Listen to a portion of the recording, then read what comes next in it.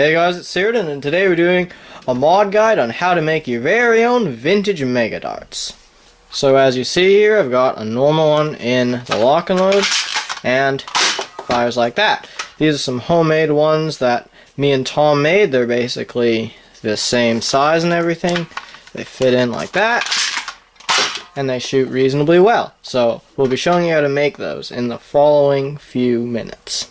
So the materials you will need to make your very own darts: you'll need obviously some foam. This is just some 5/8 inch foam backer rod, and it's pretty easy to get in most hardware stores. You'll need a variety of caps from darts. So here's a new mega cap, an old suction, a Busby mega, whistler, tagger, typical, vintage, and elite. So you can use any of those caps for making your darts, although for some reason Screamline caps don't really work too well because they have a giant stem. As you can see here, it's just a pain to get inside the foam. But you'll also need a straw about this width, and this isn't a normal straw, it's actually a really strong one, and this is what you use to make the hole in the dart so it can fit on most blasters that have dart pegs. And you also need a glue gun to attach the cap to the foam. So that's about all the materials you'll need. Now we'll go over how to make the actual darts.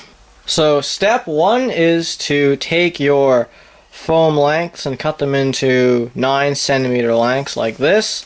And you may notice that your foam's a bit bent, and that's because they just usually store it all rolled up, so you might have to roll it on the counter a bit to get that bend out, which won't be good when you're actually firing the dart, but it's not a huge deal right now. And so next step will be to put the hole in so you can fit it over dart pegs and get the cap on. So once you've cut a few to length, you can proceed with the next step. Alright, so I've got my length of foam here and my straw, so I'm going to try and put it in the center as much as possible and just kind of twist it around so that it makes a nice hole. Like this. It's not really too hard, and once it's about halfway, it's usually a good idea to start on the other side so you don't accidentally go through the side of the dart. And then there we go. That's all the way through. Just going to go in again so I can widen it up a bit. But there, this is good, and so make a few of these if you're planning on making a bunch, and then you can move on to the next step.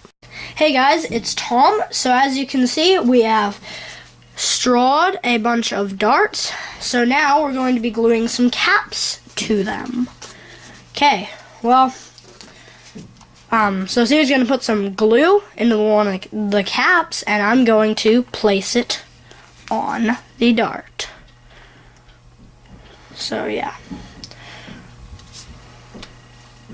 As you can see here, just push it on and leave it for a couple seconds. Don't want to make it so it falls off. So don't put a ton of glue, but put enough so that it sticks on. So it's Sear again. I'm just going to quickly do a micro cap. So I'm just going to put a little bit of glue around the outside. Don't want to put too much, otherwise it may melt the actual foam. But that's probably a good amount. And then I've got this dart here. Just going to squeeze it in like that. You also don't really want a ton of glue coming out of the side of it either. So leave it like this for a few minutes, and then it should be good to test. So we will most likely be doing that in the next section of this video. So see you then.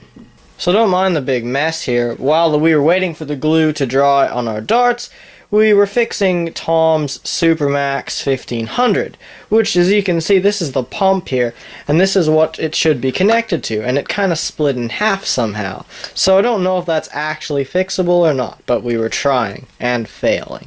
So now we're going to move on to the range test of the darts, which won't really be a range test because we're doing it inside because the weather is not so great, but we're just going to fire the darts and see if they work well. Hey guys, it's Tom, and I'm here to shoot our homemade vintage Mega Darts. This is first just the original one out of a Hypersight lock and load. A very good vintage blaster, by the way. Okay. As you can see, shot pretty hard. So I'm going to shoot some homemade ones we made now. As you can see, also shoots hard.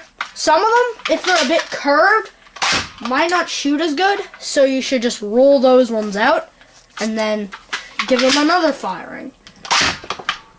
Okay, so as you can see, they shot pretty much just as hard as the real vintage Mega Dart. So there you have our mod guide on making some vintage Mega Darts. It's overall not really that hard to do as long as you have a good supply of caps, which, I mean, if you save all your darts, you won't really have any problems with.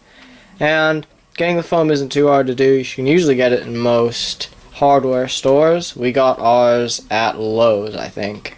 So you can usually find them in most hardware stores, and it's not too expensive either. So if you don't want to spend lots of money trying to get the real things, the alternatives that you can make at home are pretty much the same, and they're way cheaper than actually just buying them off of, say, eBay, which is going to be really expensive. But there you have it. So that's the end of this video. Thank you guys so much for watching, and please like and subscribe.